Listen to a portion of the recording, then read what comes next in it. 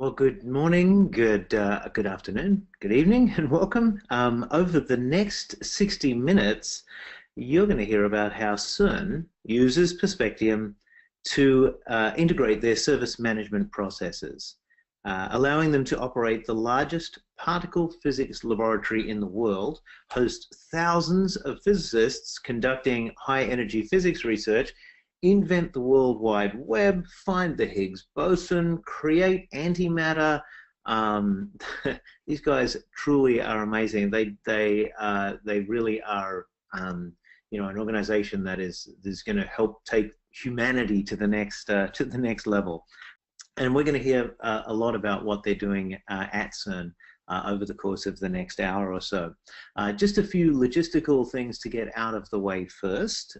Just a note that everyone on the call is muted, except for the presenters, of course. But we do want to hear your questions, so just type them into the Q&A panel, and we will try to get to as many of those as we can as we go through the session today. Also, today's session is being recorded, so if you love it so much that you want to see it again, or you want to show it to one of your colleagues who wasn't able to join us, you will receive a link in an email in the next couple of days. So you can look forward to that, and like I said, please feel free to pass the recording onto your colleagues. My name is Craig McDonough. I'll be your host for the webinar. But before we go any further, I would like to introduce the real stars of today. Firstly, we're excited to be joined by David Martin from CERN. David is the ServiceNow development team leader at CERN. He's had 7 years of experience with ServiceNow and about 2 years experience with Perspectium. He was the main person behind the CERN Service Portal, which was a ServiceNow CMS implementation that won the Innovation of the Year award at Knowledge 11 in Frankfurt. And I think, David, if I'm not mistaken, it was actually me that presented it to you. Way back in 2011. Previously, he was the Senior Technical Consultant at Expedience, which is a ServiceNow European partner, and he was there for about 2 years. Next, we have Pablo Del Castro. Pablo has been in the IT business for about 11 years. He joined CERN in 2012, where he works for the SMB department, which is responsible for providing services like cleaning, security, transportation, service desk, that kind of thing, to the entire organization. Most of those services are actually provided by external contractors, and so the department ensures that they're getting the service quality that they're paying for with a quality management system and a BI system in which Perspectium plays a key role. Pablo also is one of the guides at CERN, so if you ever make it to Geneva and you go to take a look around CERN, it might be Pablo that's showing you around. And then finally, we're joined by Africa Santos, and Africa came to work at CERN as a ServiceNow developer, contributing to the admin and maintenance of the ServiceNow platform, which is the main tool that they use to ensure the correct delivery of value of their services.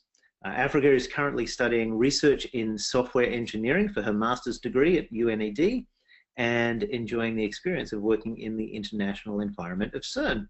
Africa, Pablo, and David are all joining us live from Geneva, where it is getting a little bit late in the day. Good evening, all. Good evening, Greg. Good evening. Good morning for you. Yes. Thank you. And nice memories of Frankfurt, yes. Absolutely. Well, we're going to come back to David, Pablo, and Africa in just a moment. But before we do, I'd like to just go over the outline for today's webinar so you know what to expect. We're going to start off with a quick introduction to Perspectium, just to get everyone on the same page and make sure that if you haven't come across Perspectium before, you know what it is that we do. Then we'll go into a introduction to CERN, and you'll hear about some of the incredible things that they are doing at CERN, and just the number of sort of world firsts that have actually happened there. And that will give you some idea of the environment that they're supporting at CERN, because really that's what we're going to be talking about today. And then we'll get into a discussion about how CERN uses ServiceNow and Perspectium to deliver a few different services. And the four that we're going to talk about are non-IT services reporting, the training of new service desk staff, the way they sync their business service catalog, and also ServiceNow performance monitoring. And we will, as I mentioned, have time for questions. We've built time in for questions all the way through the session. So if you do have any questions, just a reminder, type those into that question panel, and we'll get to as many of those as we can. So let's get started. As a quick level set, like I said, I'd like to spend a couple of minutes introducing everyone to Perspectium. So who are we? Well, we were established back in 2013 by David Liu. David was the founding developer at ServiceNow. The vision of the company is to enable integrated solutions for service management, delivering information in the right place at the right time, complete with the data control, high availability, and throughput demanded by modern enterprises. And that's really the difference here. Perspectium delivers integrated solutions, and that means we take responsibility for getting your data from A to B. There's nothing to write, assemble, or maintain. We deliver a solution that is complete from end to end. And it's all delivered as a subscription service with 24/7 support in monitored and automated data centers with onboarding and customizations included as part of the service. So not surprisingly then, the company has grown significantly, in fact over 300% per year, to where we are today, with many enterprise customers managing over 10 million data exchanges every day.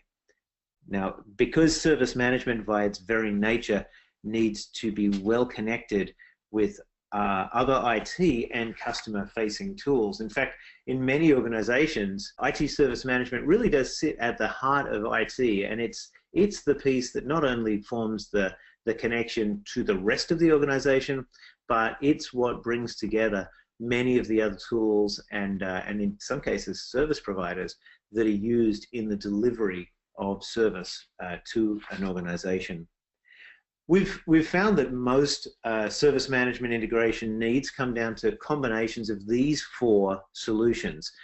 First of all, integration to other applications, often to automate a business process or to sync production and sub-production instances. We see integration to databases, often so that the database can in turn be queried for reporting, analytics, or big data analysis. We see integration to external service providers that deliver services that are part of a business process, all in line with IT becoming more of a service broker organization. And then we see integration to data services that add value or context or concealment in some cases to the data. Quite often those data services will also show things like performance, and you'll be hearing the people from CERN talking about how they use a Perspectium product by the name of Observer to monitor ServiceNow performance. So, I mean, our customers combine some or all of these building blocks to bring service management together as an integrated system. And you might think that one integration approach is much the same as another, but that really is not true. I think the three things that makes Perspectium stand out from other integration approaches are these. You know, firstly, Perspectium is not a swivel chair approach. It's not a do-it-yourself toolkit. It really is a way of delivering integrated end-to-end solutions, and as I mentioned, they're maintained and supported by us. Also, unlike any other solution, Perspectium actually understands the process that you're integrating. So because Perspectium is delivered as a native app in ServiceNow, you can incorporate Perspectium in your existing workflows to create, you know, almost like a workflow of workflows.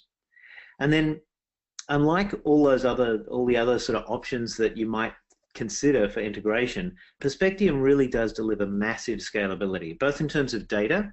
I mentioned, you know, we have many customers exchanging tens of millions of transactions every day, but also in terms of people.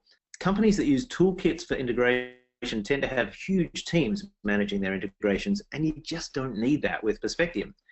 For example, ServiceNow themselves actually use Perspectium to connect their CRM system, which is built on ServiceNow, to SAP HANA.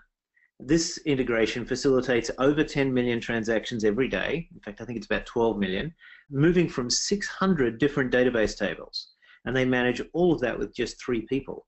And that's the kind of scalability that we're talking about here. So, we've mentioned a couple of customer names. There are quite a few other large organizations that are using Perspectium. Some of the largest, most data-reliant organizations in the world are using Perspectium to deliver integrated solutions across their business. But today, we're going to focus in on just one of them and hear the story from CERN. Pablo, thank you so much for joining us. Tell us a little bit about CERN. Thank you, Craig. Well, let's talk about CERN. CERN, the acronym in French, stands for Conseil Européen pour la Recherche Nucléaire, which is a historical name that we kept because at that time, 1954, when it was founded, that was the state of the art of particle physics, the nucleus of the atom. But today, well, it's more generic to say particle physics. What we do basically is fundamental research in particle physics, and to do so we have to innovate mainly in 2 domains, IT and technologies in acceleration and particle detection. That's our main domain. And we also have a mission which should be to push further the frontiers of the human knowledge and reveal the mysteries of the universe, which is, well, not an easy question to do. Can we pass to the next slide? Thank you. So this is an international organization. As of today, we have 22 member states, and the numbers keeps growing. Last one was Romania. And the member states are the ones paying actually for the accelerators, and they discuss what to do next. So they are deciding what type of science is going to come here at CERN in the following years.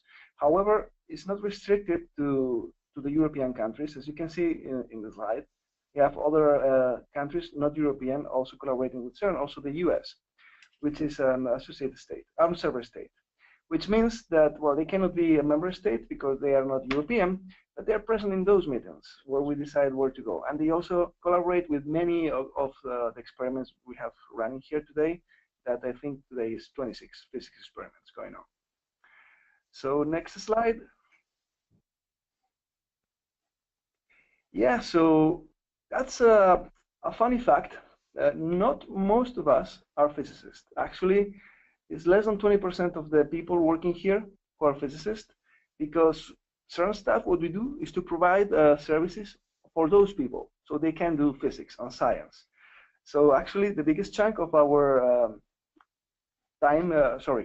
career is IT people, and in different status, like staff, students, and users. Between 3,000 and 4,000 people come here to work every day. And then the scientists, they do not actually belong to CERN. They belong to the home universities. They come here, come and go, take the data, and they go back to the universities to do the work. And between well, more than 12,000 scientists pass over here every year. Next slide. Thank you. So this is a picture of our main site. It's called Meran, and it's not the only one. We have a quite similar one in France, slightly smaller, but more or less the same size. And as you can see, we have many services to provide to the physicists, like the hotels and medical service. We also have clubs, and well, we need to support to sustain all this. So it's like a small city that we have to run and provide all the services these people will need, and they do appreciate what we do. So yeah, we also have a kindergarten, and well, many of these services, they are supported also using ServiceNow. And because CERN, its main goal is not to provide those services, we rely heavily on external contractors to provide all this. Yeah, next slide. And this is a picture of the area. And the red circle is the famous Large Hadron Collider, which is the biggest accelerator in the world, 27 kilometers in circumference. The idea behind that is that we collide particles at high energy. From this collision, you will get a flash of energy, and from this energy, you will get back to new particles, because energy and matter is actually the same thing. You can go from one to another. And there's probably the most famous physics equation in the history, E equal mc squared, which relates the two. So what we do is actually going from energy to matter. Sometimes you have particles that you know, and sometimes we are able to detect particles that no one has ever seen before, like it was the Higgs boson in 2012. And then, well, you get the Nobel Prize. Easy, right? Okay, let's go to the next slide. And while we do this, we have a couple of records, several records in our machine. In the top left corner, what you can see is a supermagnet, a dipole, more specifically, that we use to bend the particle beam. Which is really special about this dipole well, it's a dipole, it has a coil inside, and has to be really cold to be superconductive. They work at minus 271 Celsius degrees. And that is one of the coldest places in the universe because the average temperature of outer space is above 4 Kelvin degrees. Then in those pipes where we make our protons to circulate, we have a cloud of protons and pretty much it, only our protons. We create one of the highest vacuums in the universe. It's impossible because you always get other particles from outer space, from the cosmic rays in, but we do the best as we can. So it's one of the loneliest and emptiest places in the universe. And finally, in the ALICE experiment, which, well, is one of the 4 main experiments in the LHC, the point of collisions of lead-heavy ions, what you get is a place which is one of the hottest places in the universe. It's actually hottest than the center of the sun. What you can see is one of the largest detectors. This is with the Atlas, which is the largest in size. It's 7,000 tons of material detectors to take pictures of these high energetic particles. And finally, next slide. Yeah, so it's not only fundamental research that we do, which is actually our main goal, but sometimes on the way, other applications came along. For instance, for medicine, we had the PET scan and proton therapy technologies that are heavily used now in hospitals have their origin, or we contributed to them. We also have the CERN Open Lab program where we collaborate with other companies like Siemens or Oracle, so they can also test their products here in an environment really demanding in terms of data and big data. And many of you maybe know that the web was invented at CERN by Tim Berners-Lee in 1989.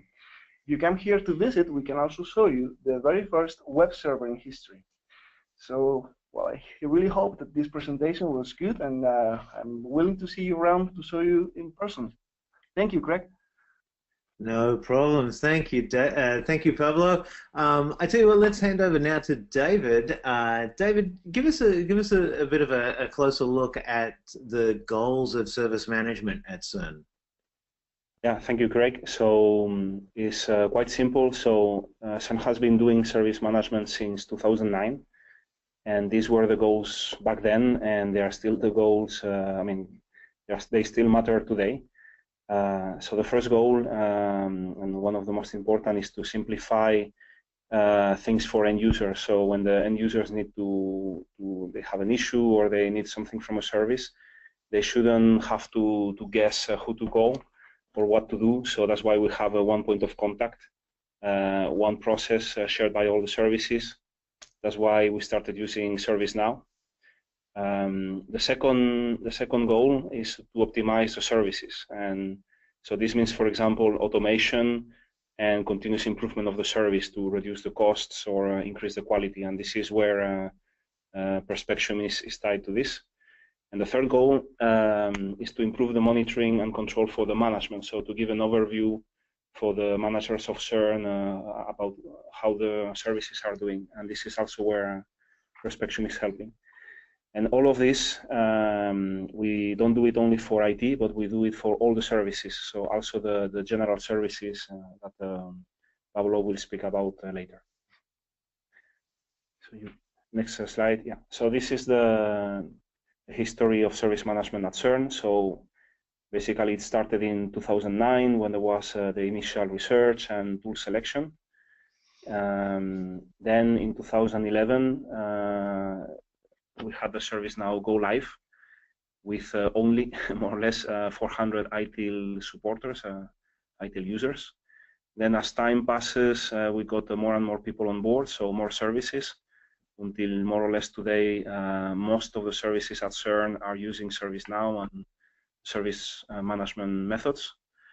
And then in 2015, we selected Perspectium and started using Replicator and Observer for improving some things.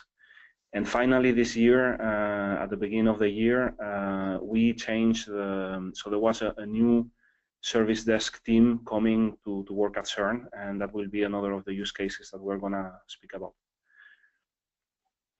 Fantastic. So yeah, I mean, it definitely not only is the scientific work that's happening at CERN very impressive, but the work that you've done around service management too, I think has really you know, it's led the way. I know at ServiceNow, you know, people have looked to CERN for many years as a you know, a definite leader in this area. So it's great that you're willing to sort of share your learnings and share your experience with us. As you went through this project and as you you know, started to connect things together and you realized that there was a need for some kind of integration, what were the problems that you needed to address as you did this? Yeah, so some of the issues were that we needed a method to do a backup of the ServiceNow data outside of ServiceNow for two purposes. One is business continuity, and another one is to make it easier to report using some external tools. And for those purposes, synchronizing the data from ServiceNow to an external database or even several databases was what was needed. At the same time, we also wanted to share some information, so our business service catalog, so basically the list of services that are provided at CERN, with other websites at CERN, because at CERN, every department, every group has their own website to explain what they are doing, and if they want to show their list of services, we didn't want that people would have to type the same description into different places. We also thought of ways to help development inside of ServiceNow. And finally, yeah, at the time, there was still some performance issues once in a while, and we also needed something to diagnose those issues. So those were the initial requirements. Then over time, they actually have evolved into others that are the use cases that we are going to see later. All right, and so with those requirements in mind, did you consider any sort of other alternatives before you decided on Perspectium? Yeah, so we analyzed a few products, but they were lacking a few things compared to Replicator, for example. So some things that we liked about Replicator is the real-time, well, almost real-time synchronization. So if something is modified in ServiceNow, in 1 or 2 minutes, it will appear in external database or in another instance of ServiceNow. Also, it is the only product that we knew at the time that could synchronize between ServiceNow instances, not only from ServiceNow to another database. It is cloud-based, so more simple for us if someone else is maintaining the infrastructure, like ServiceNow, by the way. And also, when we were evaluating it, we noticed that it was easily extensible. So, as maybe some of the audience will know, at CERN we like to tinker things. So, yeah, if we needed to add something ourselves to Perspectium Replicator, for example, we could do it. And actually later we saw that always Perspectium was willing to listen to our ideas, and some of our ideas made into the product later. Then there was the additional bonus of Observer, which is another product that you provide, and that we will see later. So to diagnose performance problems, or even to prevent performance problems from being deployed into production. And yeah, to finish, it was very nice to speak with David Lu. Because David Lu, as you said, is one of the founders of ServiceNow. He knows ServiceNow in and out, so it's reassuring to have David Lu and his team of engineers at Perspectium. Yeah, absolutely. I've not met anyone that knows ServiceNow quite to that same level. So I know exactly what you're talking about when you refer to that confidence that you get. So so David, I tell you what, let's switch back over to Pablo and have him give us a bit of a overview of the first use case that we're going to talk about today. Thank you, Greg. So as I mentioned before, we work for SMB department here, standing for site management and buildings. And as you saw in the presentation before, we are like a small city with many services that we need to provide to all our users, including cleaning, site security, service desk. And well, for our reasons, we externalize these services. So we have external companies providing the security or the cleaning, for instance, and we pay for that. So we came up with a new idea in ServiceNow. We call it quality management. So we created a new type of ticket called quality ticket that we have people, certain staff, controlling the quality of these services. So that was the input for this system, those controls, those inspections. And then, well, this information was stored in ServiceNow in the cloud. And we ended up that we wanted to analyze this data, how well these providers were performing.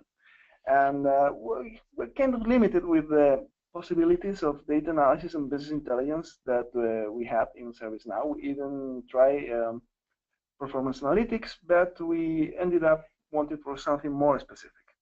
Like in our case, it was Pentaho, which is an open source BI tool.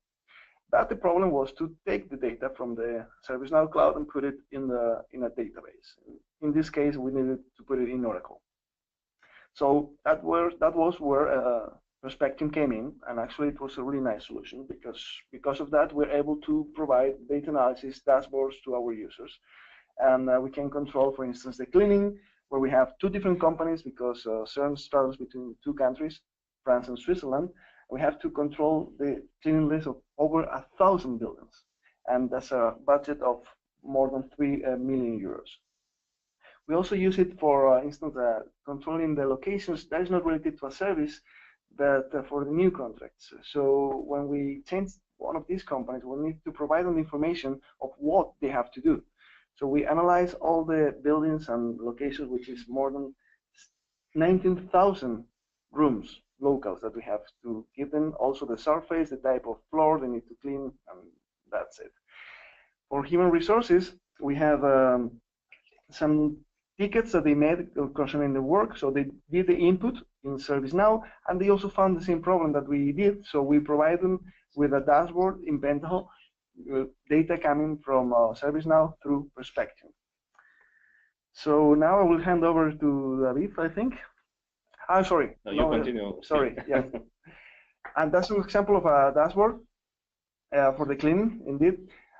In here, what you can see is an analysis of this information, the problems they have in a type of room. For instance, that corresponds to an office.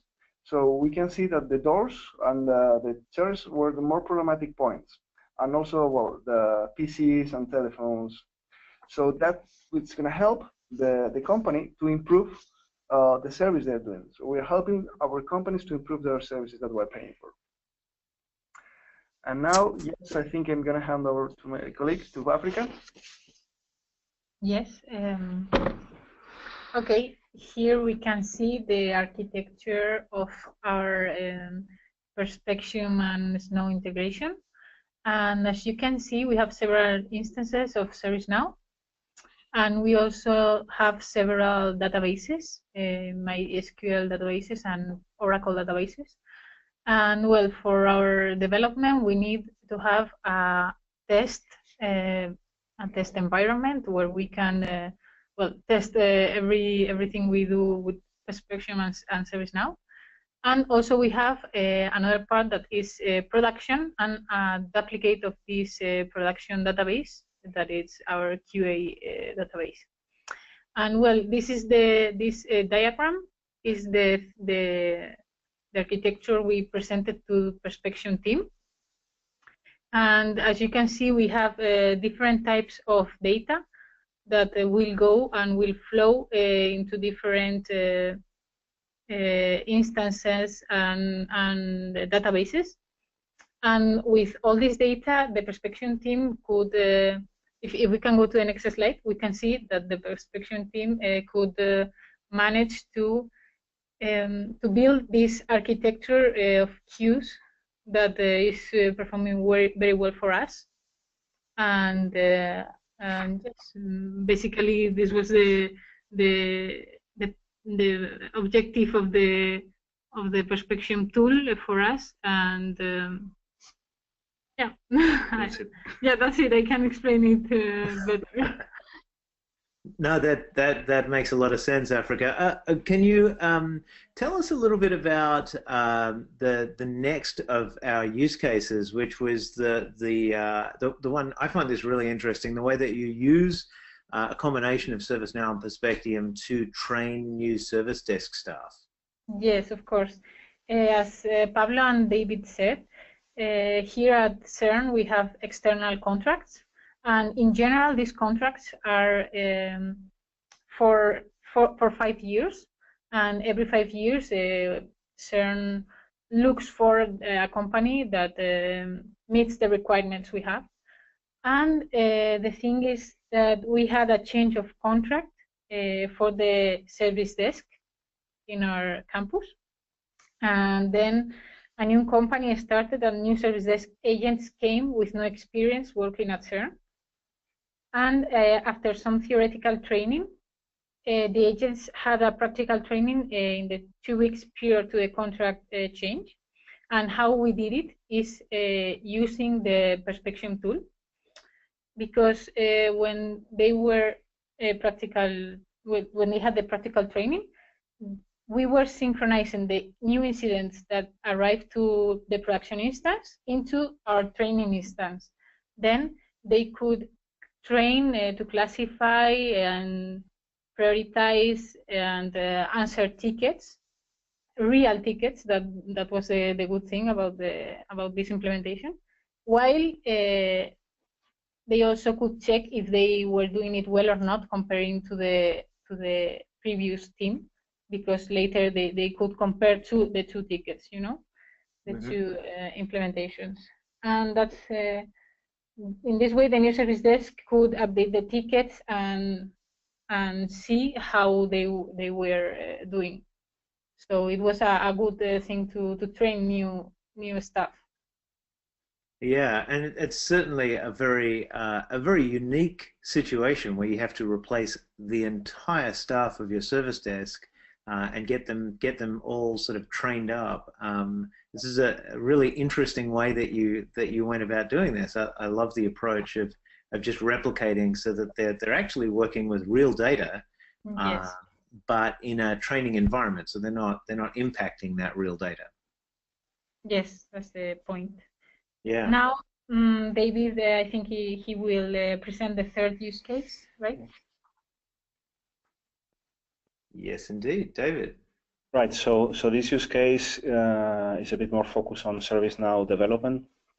So at CERN, we have a very large business service catalog with hundreds of different services, from IT services like databases to infrastructure services like cleaning or security. And at CERN, this business service catalog is really at the center of all the processes in ServiceNow. So incidents, for example, are about the service. KB articles are knowledge about the service. All our catalog items are cataloged, are classified by service as well. So basically, almost everything refers to a service. So it's very important that the catalog is up to date, not only in our production instance, but in the other instances as well, in an easy and transparent way. So for example, if a developer is building a new catalog item and he needs to create a ticket in a certain service, the service should be identical in production and development. And this is what we did with Replicator. We set up production to share all the new services, all the changes in the services and everything that makes a service. And our dev, test, and training instances, they subscribe to this. So in a couple of minutes, the changes are there as well. So before to accomplish this, we would need to do manual export and imports. So the service administrators would have to do some extra work here and there for this, or to clone our instance once in a while to make everything in line. And another minor case is that sometimes we want to do small modifications in production directly, so we don't do this for important stuff, but for example, if just someone wants to change the description of a catalog item to correct the typo, for example, we don't. It's nice to be able to do it directly in production, but also propagate it back to development so that everything is proper and synchronized, but without needing to propagate an update set from development, then to test, then to training, then to production. All right. We've actually had a couple of questions start to come in. So I know we're just about to go to a demonstration where you'll actually show us some of what you've been doing at CERN. But before we do, just a couple of questions that have come in from the audience. How big is the team that develops and manages these integrations at CERN? So I understand the question is about the manpower that we are dedicating to these integrations that we are talking about, right? That's correct, yeah. Yeah, so I would say less than half an FTE between Africa, Paulo, and me. So most of the time we don't need to touch anything. So then usually it's Pablo coming up with new use cases, and then Africa making sure the data flows correctly. So it's quite easy to create new rules. So let's say even in the busiest period is half an FTE, but some months it's 0, I would say. So yeah, let's say a small part of an FTE. Yeah, that's great. Another question came in about going back to what Africa was talking about, the training of the new service desk staff. Do you have any idea of how much money or how much time it saves you to take the approach that you decided to take rather than what you would do without Perspectium?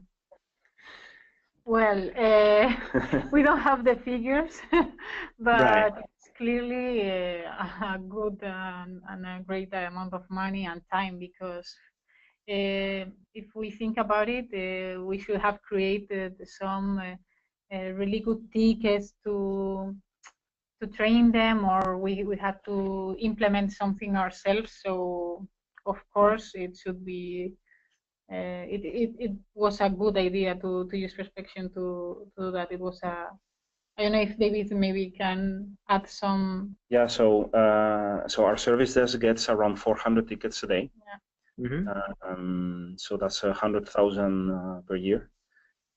So they were training for 2 weeks, right? So now imagine that for those 10 days, you would have to create 400 tickets a day to achieve the same effect by hand. So our service desk manager would have had a very, very busy month or two before the change of the team. Yeah. So yeah, quite a few thousand francs, I would say, of time. And so more than time, I think that the benefit was the transition was smoother than anticipated. So of course the new team had a very rough first week, where they maybe didn't manage to treat the tickets as fast as the previous team, because at CERN the service desk is supposed to classify a ticket in less than 10 minutes. So to send it to the correct second line or to ask the right question to the user. So the first week they were not able to do that, but I think after 1 or 2 months they were already able to get in line with their OLAs. So I would say that was the benefit. So save time for the training, but also make the new team better sooner. Right. Okay. Well, that's great. I can imagine. I mean, having worked on a service desk years ago, I can imagine how useful that would be to be able to go through sample incidents and requests before you actually are working on live data. So, no, I absolutely get that. David, I tell you what, let's go over to you for a quick demonstration of some of the things that we've spoken about. So first, I'm gonna demonstrate how a new incident is propagated to our training instance. So I am about to create a real new incident to the service desk. So here's my, well, it's me making the incident, and I will ask the service desk to, after it is created, send it to our second line. So as you can see, it's going to the service desk, and now I will save it and cross fingers. Right, so there it is on the service desk. So while we wait 1 or 2 minutes for the incident to go to the training instance, I will also show the second use case, which is our business service catalog. So this is an example of a business service. So there's a lot of text to describe it. And I just noticed that there is something that could be updated, because here it says that the service desk gets, so rather ServiceNow gets 240,000 incidents and requests, so tickets per year. But lately it has increased a bit, so I'm gonna update it to 300,000. And I'm going to save it as well. So soon that should go into our development instance. So while that happens, let's see if the incident arrived to the training instance. There it is. So as you can see, it's the same incident I created in production with the same fields, so the same color, the same short description, even the comments and work notes. And there is a small remark, let's say, there's a small, so to distinguish the incidents that are synchronized from production from others that people may create on the training instance directly, we added this small text here. Okay, so this was useful during the training period to distinguish the incidents that the new team was working on from other incidents that maybe developers were creating in the training instance to test new features. Mm-hmm. And if I go to the development instance, as you can see, while I was talking, the field that I updated in the production instance also got updated as well. So basically what happened in the meantime is that our production instance sent a couple of messages to the Perspectium cloud, and then our training and development instances who are subscribing to the cloud, to the queues of messages, they downloaded it and they applied the changes. And I'll try even to show you how in our MySQL database the change happened. So this is a query I did sometime before today, and the previous text is still there. And if I execute it again, you can see that the new text arrived as well. So here what we have is a MySQL database at CERN, so hosted inside CERN. And to update it, we are running an agent, so an agent provided by Perspectium that subscribes to the queue. And when it detects a new message, it writes the data to the database. And we have maybe 9 agents running, I think. Mm-hmm. So 3 for Oracle and 6 for MySQL. And they don't need to query ServiceNow to do this. Our training and development instances, they also don't need to query ServiceNow to do this. They just subscribe to one cloud, let's say, and the production instance just needs to push the data, which is very good for performance, let's say. So we can have as many subscribers as we want for the same performance price, let's say. So that's it for the first demo.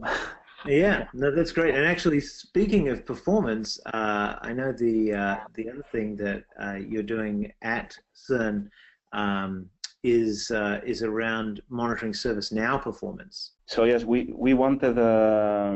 So first of all, we wanted to monitor the performance in general. So things like general response time, or how many sessions are logged in, or did we have a problem because the semaphores were exhausted, things like that. Mm-hmm. But we also had already some benchmarks. So actually, let's say there's a page in our service portal that is a bit complex to render, and actually we use that page as a benchmark to see if the instance is slow or not, if the database of ServiceNow is slow or not. And we actually have a script querying that page every 10 minutes. And then so what we did is that we also wanted to have that in Observer, and that gave us the idea to have not only that, but other things. So what we are propagating as well is all the page load times from a lot of different pages of ServiceNow. So basically all the incident forms, all the request forms, and many pages of our portal that are serve as a benchmark or that are used a lot. And finally, another problem that we had is that once in a while, for some reason, that has changed depending on the ServiceNow release that we had a stock transactions. So this means that the user performs some action, and due to some glitch in ServiceNow, it stays stuck. And if you get too many of these, the performance starts being affected. And the only way we could notice them before was because we noticed that the ServiceNow became a bit slow, or by chance an admin would navigate to some pages that show this information and noticed it and kill the transaction. So we wanted to automate this and to actually have an alert when this happened. And we also managed to do this with Observer by implementing a custom alert, let's say, because the Perspectium team provided us with a documentation for their API, and we were able quite easily to, so with just maybe 1 month of or 2 of work in total to do all of these customizations. So here's Observer, and this is one of the standard metrics. So basically, you have some groups of metrics that you can select. And the user access one is like a typical, or the 3 typical indicators, which is the number of logged in sessions, and number of semaphores, and the average response time for the whole server. So you can hide or show the different metrics. You can select the time. You can slide the time. You can select 1 day, 1 week, 1 month, things like that. So let's go and see a recent problem. And for that, I'm going to use another group of metrics, which focuses on the logged in sessions for all our different nodes. And if I go back to 1 week ago, we'll see that there was a peak there that was not intended. So the peak on the right is actually intended. It's because CERN has a CERN search engine that is scanning our CMS, our service portal, every week. Okay, so it creates a bunch of sessions, and the sessions last for a while, and then the sessions disappear.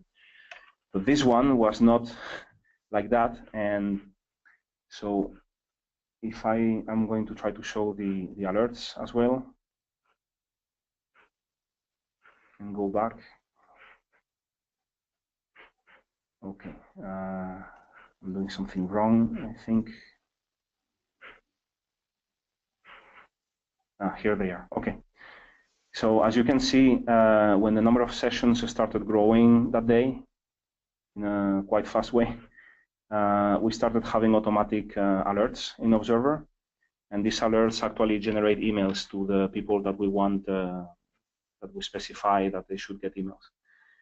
And so, well, it was a bit late that day, but we started getting these alerts, and then we went into ServiceNow. We looked into the transactions, what was happening, and it turned out that some machine at CERN was reloading one of our pages as fast as possible, and every reloading was creating a new session. So what we did is that we blacklisted the IP around this time, and then it stopped.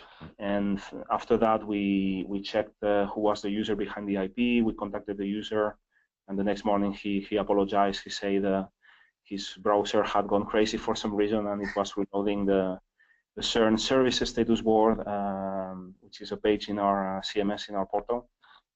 For some reason, it was reloading it. It's like you were pressing F5, F5, F5 all the time. So this was one example. So now I'm going to show you some of the metrics that we have. So for example, the incident forms. So here we have So the time that the incident forms take to load or take to be saved. Yeah, that's more or less it. We also have the average between both, and we also have the average for the whole server. So we can see that more or less the time that it takes to load an incident or to save an incident is more or less in line with the rest of the server time, which to me seems okay. And as you can see, it's more or less around 1 second most of the time. So actually, this is just like the average data, but if we see the raw data, which is also possible to see, so I will maybe remove this. Right.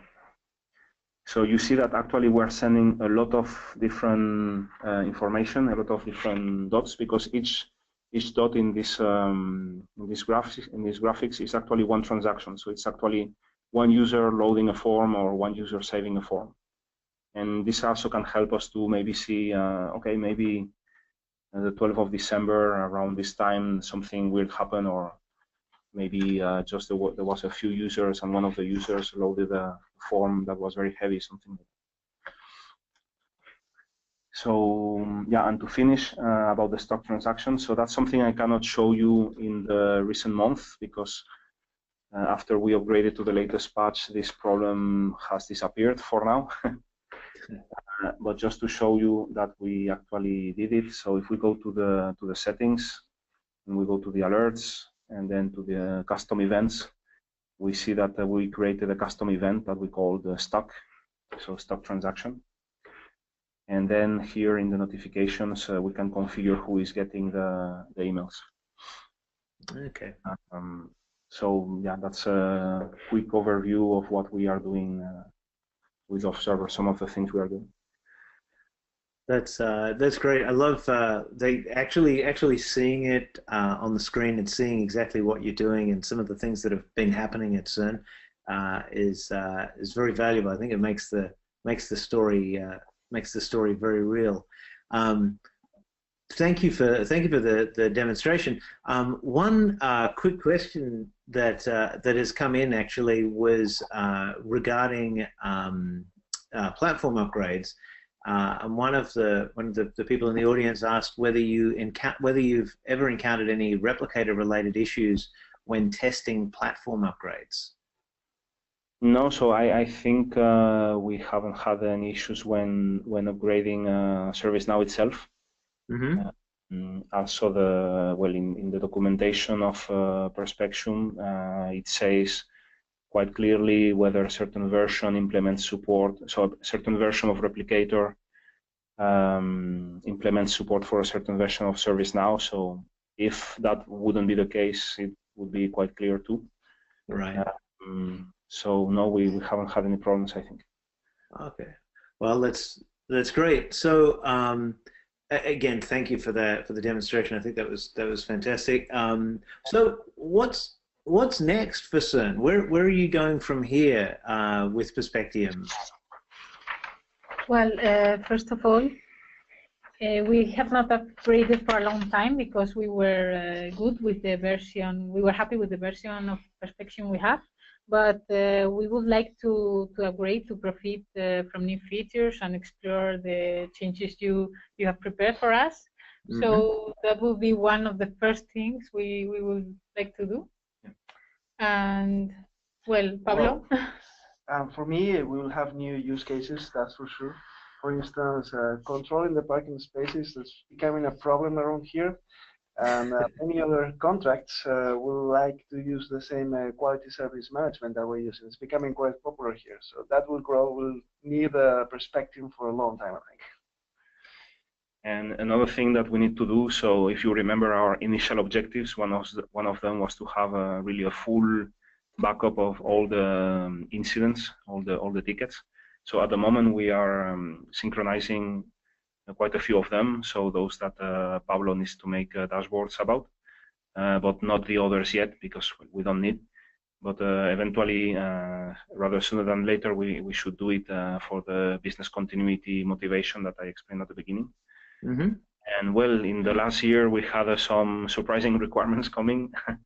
I think maybe 1 or 2 years ago, no one would have thought that the cleaning service and would request us to move data like this. So I'm sure some more things will come up, or maybe the new releases of Replicator and Observer give us more things to do as well. Yeah. Yeah, well, there's definitely some new functionality that we've released recently. So yeah, I'd love to see you taking advantage of that, and that may help you sort of move to that next level. Awesome. Thank you, David, Pablo, and Africa for sharing your knowledge and your experience with us. I love hearing stories about CERN. I especially love hearing stories about what CERN's doing with Perspectium, and so we really do appreciate you sharing your experience and your stories with us. Thank you to all of our attendees also for joining us. We appreciate that you taking the time, and we will make a recording of this webinar available shortly. Just feel free to share it with your colleagues or anyone else who wants to learn more about integrated solutions for service management. And of course, the other place that you will be able to learn more about different use cases for Perspectium is on the Perspectium website, so just www.perspectium.com. You'll find a wealth of information there, including a huge list of use cases and ROI calculator, and you can read about some of our other amazing customers as well. So again, David, Pablo, and Africa, thank you so much for spending your Tuesday evening speaking with us. Thank you, Greg. No problem. I hope you enjoyed. Yeah, thanks a lot, everyone. Thank you very much, and thank you again to everyone who joined us. And we will see all of you at our next webinar. See you soon.